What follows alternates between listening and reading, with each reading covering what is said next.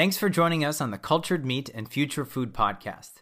We're excited to have Benjamina Bollag and Stephanie Wallis as the guests for today's episode. The first time we're interviewing two guests at once. Before we get started, I want to give a quick shout out to Radical Snacks. They're giving us 20% off through October if we use the coupon code FUTUREFOODS.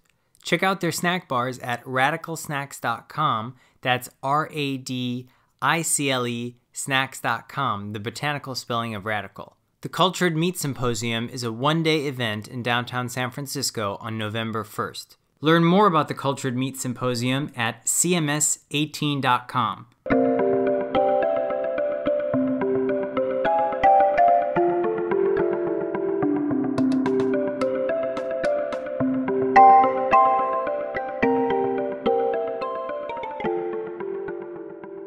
Benjamina has a master's in chemical engineering from Imperial College.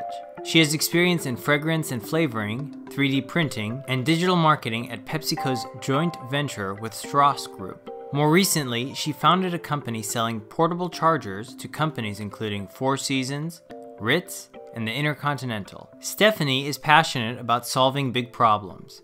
She earned her PhD at the University of Bristol, working on the development of induced pluripotent stem cell models of Alzheimer's disease. She has nearly a decade of experience with stem cell biology and differentiation. Prior to her PhD, Stephanie worked in a biotech startup specializing in the development and supply of an innovative in vitro bioincubator, Quasi-Vivo. She also has business development experience and holds degrees in neuroscience and stem cells and regeneration. Benjamina and Stephanie, I'd like to welcome you both to the Cultured Meat and Future Food podcast. Thanks for having us. Great, thanks for having us. We're really excited to hear about your company, HigherSteaks, and really what it'll be contributing to the clean meat industry. Can you tell us a little bit about yourselves and how you met and really how HigherSteaks got started? You heard a bit about our bios previously. And so I was working on a different startup where we were importing portable chargers and customizing them, selling them to large hotel chains. And I got a little tired of working without a big mission. And I also kind of missed using my scientific side. So that's when I joined an accelerator called Entrepreneur First. And within there, I got introduced to clean meat. And I was just absolutely fascinated by the impact it could have. And for me, it was really that it wasn't just an impact on one subject, but kind of bringing it so many important things together. And I grew up being passionate about tech and science and being absolutely obsessed with food. But I never really thought I could put them together and have such an impact in the world. So that aspect also really appealed to me. So I started working on HigherSteaks around December. And I started working on it with a professor called David Hay, who's our scientific director. He's the chair of the tissue engineering department in Edinburgh. And later, Stephanie joined us as a CSO. So I brought on Stephanie. And maybe I'll let Stephanie, if you want to add maybe something about what brought you into clean meat and what appealed to you. I finished my PhD, which focused on using stem cell models to model Alzheimer's disease and frontotemporal dementia.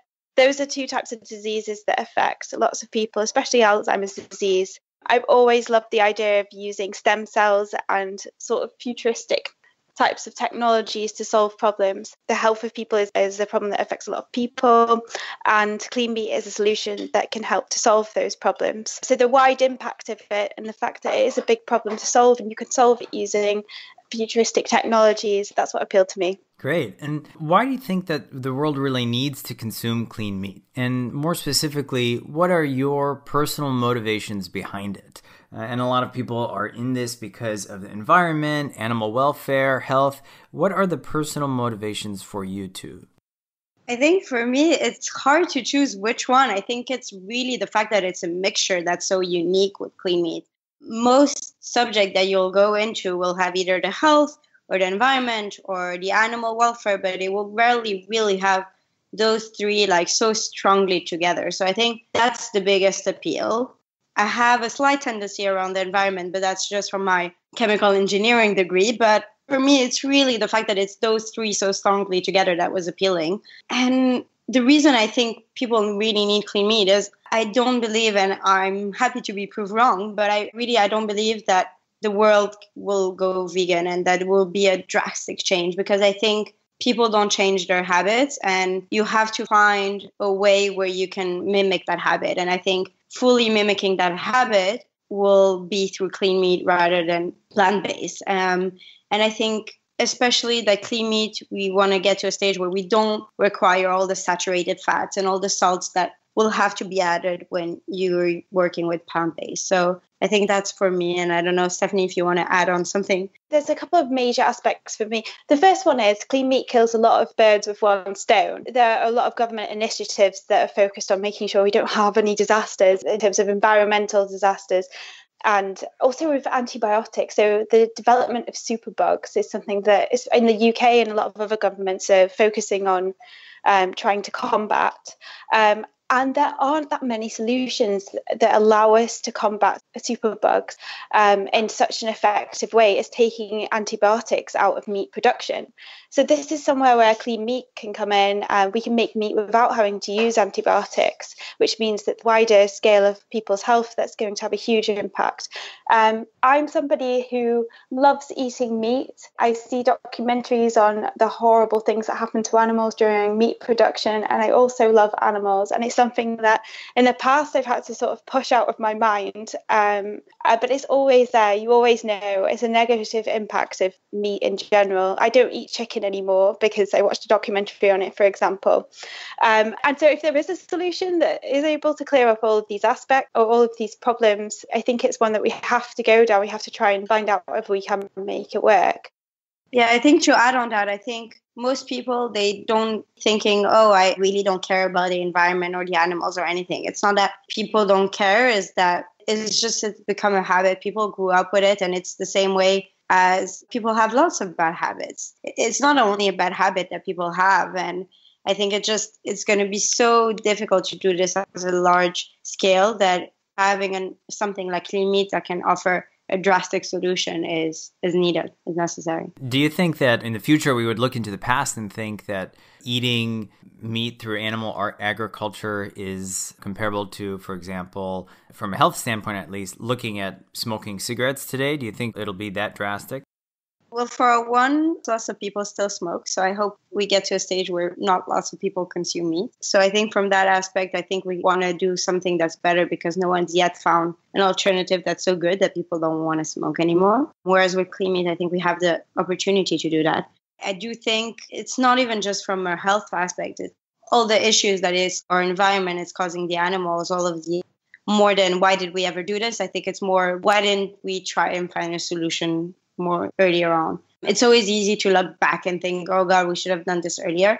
But you can think that about everything. And I think it's just about now acting and putting more and more into it so that it goes as fast as possible to get there. How are universities in the UK supporting research in the clean meat field?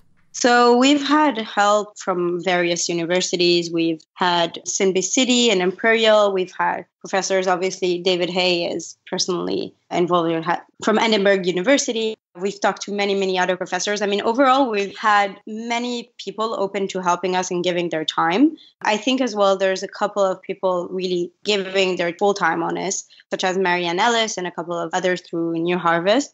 Yeah, I think overall, UK is quite positive and people are really open to clean meats. And we've done as well, I think it's worth adding, not just about universities and people supporting the research, but we've done a couple of surveys on the UK. And quite surprisingly, I mean, our surveys were not just in London, they were overall and throughout the UK. So you're looking at not just the big cities. And we have really, really positive results. I mean, there was, what would you want to eat if it was clean meat or plant-based or neither of them? And I think about 50% wanted clean meat. There was about 40% wanting plant-based meat. And then the rest were saying, I wouldn't change. And I really just want my meat. So people were really positive. And that was throughout really the UK. So you're seeing it not just from universities and professors and people that are interested in science, but also the customer is open to it. And just a quick note on the terminology. Do most people understand when you say clean meat, and do they differentiate that from plant-based meat? Depends. So I've seen quite a big change. I mean, I started working on this around end of November, December, and in the beginning, no one knew pretty much what clean meat was. And I think we've seen quite a lot of press and a lot of hype in kind of since January. So now more and more people already know what clean meat is. Often they don't differentiate it from plant-based. They see it as together, but not always. And I guess it depends who you're talking to. It depends if you're talking to the average person in the street or if you're talking to scientists that have already, thought about it and followed what's going on. So let's talk a little bit about policy. What kinds of challenges is the clean meat industry facing in terms of policy? And how are the UK policies different than the US policies? And if you're focusing on US distribution at all, how will that be different? So it's quite different. In the US, as far as I'm concerned, they still don't know who's going to regulate them. Whereas in the UK, it's very clear. Even with Brexit, we're going to go through the novel food regulations, which change early January, and now it will take less long. So they're saying it's going to take between 10 months and 2 years to go through it. It's quite clear what will be the regulations. I think the UK and Europe in general is more strict around GMOs than the US, but we know what's going to be regulated. So we're already talking with our lawyers what is going to be the data that we have to collect. And for example, talking to the GFI, they had no idea. And even bigger companies in the US, they still have no idea what data they really need to collect because they don't know how they'll be regulated. Whereas here, it's a lot clearer. Now, in terms of naming, that's where there's a big question mark. We have no idea what will be allowed to name it and what not. There's been a bit of pushback in France. More specifically, they've had around plant-based that they're not allowed to call it sausages or burgers or things like that. It doesn't really apply to us the way the regulation is worded, but it's to be determined how exactly we'll be allowed to name it. And we're pushing on that, and we're talking to people that are involved in that to see how it can work. But obviously, it's going to take some time, and it's going to depend how much pushback we have as well from the conventional meat industry. Tell us a little bit about how HigherSteaks is different. What kinds of meat is HigherSteaks working on? Are you working on ground meat, or are you focusing on more complex structures such as clean steaks? HigherSteaks is focused initially on creating non-structured meat products, simply because this will allow us to go to market faster. We do have an R&D plan in place, which will allow us to create more structured meat products, which will include things like steak, chicken breast is a structured product, that sort of thing. Before that, we will be producing minced type products, so things like sausages, for example, from pork. The reason that we've chosen to go with pork is because pigs are more similar genetically to humans. So this offers us a clear advantage since we're using induced pluripotent stem cells rather than other types of stem cells. And the reason for this is because it gives us the greater possible yield. And there are a number of other benefits, such as you don't have to screen every time to make sure the cells don't have a disease, etc.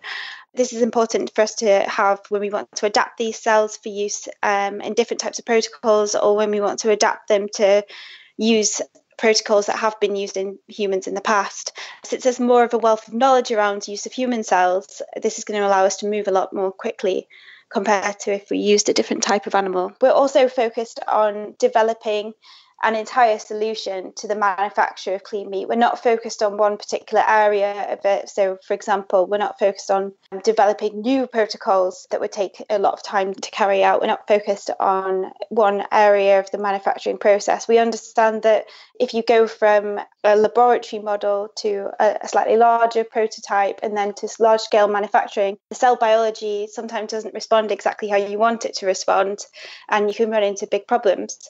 So we're focusing on the entire manufacturing process from start to finish from the beginning. And we're also building an intelligent bioprocess platform which will be automated to allow us to keep track of what the cells are doing. We have a lot of questions coming in regarding the types of scaffolds that are being used, FPS alternatives, and clean serum. And most importantly, where are clean meat startups currently getting their samples? Are they going to farmers and facilitating partnerships with farmers? Or are these samples something that you can order out of a scientific catalog? So when you're in the research phase of researching using clean meat, the current opinion is that you are able to use cells that you gain, for example, from a scientific catalogue, or that you obtain through an academic institution, for example. Or in the case of iPSC, you might have commissioned another company or have created them in-house. this is okay as long as you're in the research phase. Once you go into commercialization of clean meat, there'll be regulations around this that make it a lot more stringent, and you'll need to pay, for example, if you are using induced pluripotent cells, you'll need to pay a Yamanaka license. So you'd have to pay a Yamanaka license once you want to commercialize these cells. At what point before commercialization you'd have to pay a Yamanaka license is unknown, but certainly before you start to commercialize them, you would have to pay for that. So overall, basically, you can bring in your cells from any source as long as you believe that you have stringently tested them to make sure that they are what you think they are, they don't have any abnormalities, etc. You can use them to carry out your scientific research to make sure that your processes work. But the moment you want to produce clean meat, you'll have to go through extra regulations, which are currently unclear. How open are other clean meat initiatives when it comes to sharing information and intellectual property? It seems like the industry is in a big race. Is this something that's true? Do you feel like that? And is there collaboration between the different startups? I think it depends on what. So I think most companies talk to each other, and I've talked to probably the majority of companies out there, but we don't exchange information on things that are the most important. I think the one where I've seen the most collaboration is around regulation, just because it benefits us all if we all go through regulations. But I think you have to keep some information private, and the way things are structured, you have to keep your own IP. I think in terms of race, it's a bit of a dangerous idea to call it like that, just because you're working with a product that's really cheap, right? I mean, for now, no, but we want to get it to a stage where it's going to be really cheap. And the goal, even if you get to one restaurant, that's not going to mean you're making billions of dollars, right?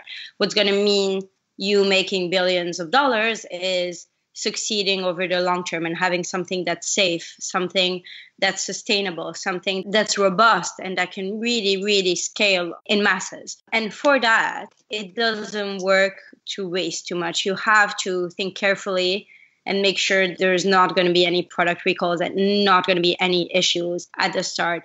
So I think talking about it in terms of a race is dangerous, but that doesn't mean everyone should share everything. For things such as regulation, I think it's absolutely important to work as a whole. For things when it becomes more private, talking about specific protocols, specifics on how are you reducing media costs, what is your exact process, what is your scaffold, what type of bioreactors, all these things have to be proprietary to the company. Now, what we've seen happen in the medical industry is that a lot of pharma companies are quickly patenting and then being very open and transparent. This is not generally to help other companies, but more around being transparent with the public. And we really want to avoid something like what happened with the GMOs happening again, right? I think with the companies mature, it could get to a stage where once we make sure that our idea is protected really well, then we can share it so that other people don't have to start from scratch. They just maybe pay a small amount to license us or things that are a lot more easier and that will allow transparency with the public on what we do.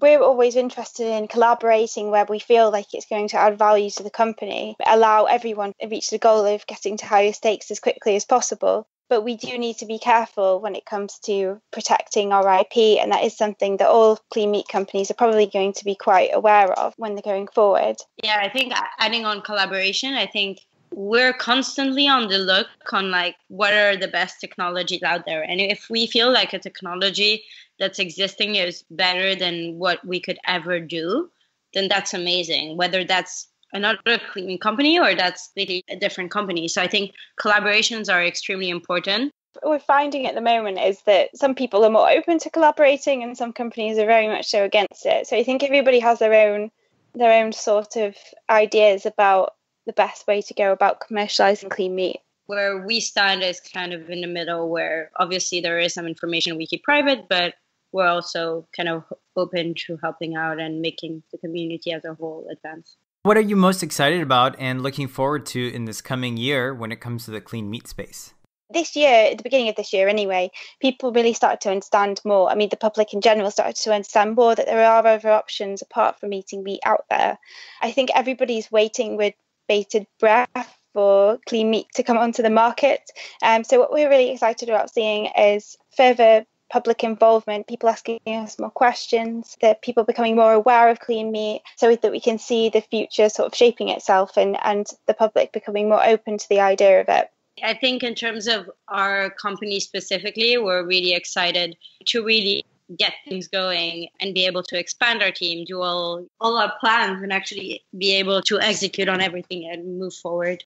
You can get in touch with Benjamina and Stephanie on LinkedIn and learn more about HigherSteaks at www.higherstakes.com. And that's steaks with a STEAKS spelling.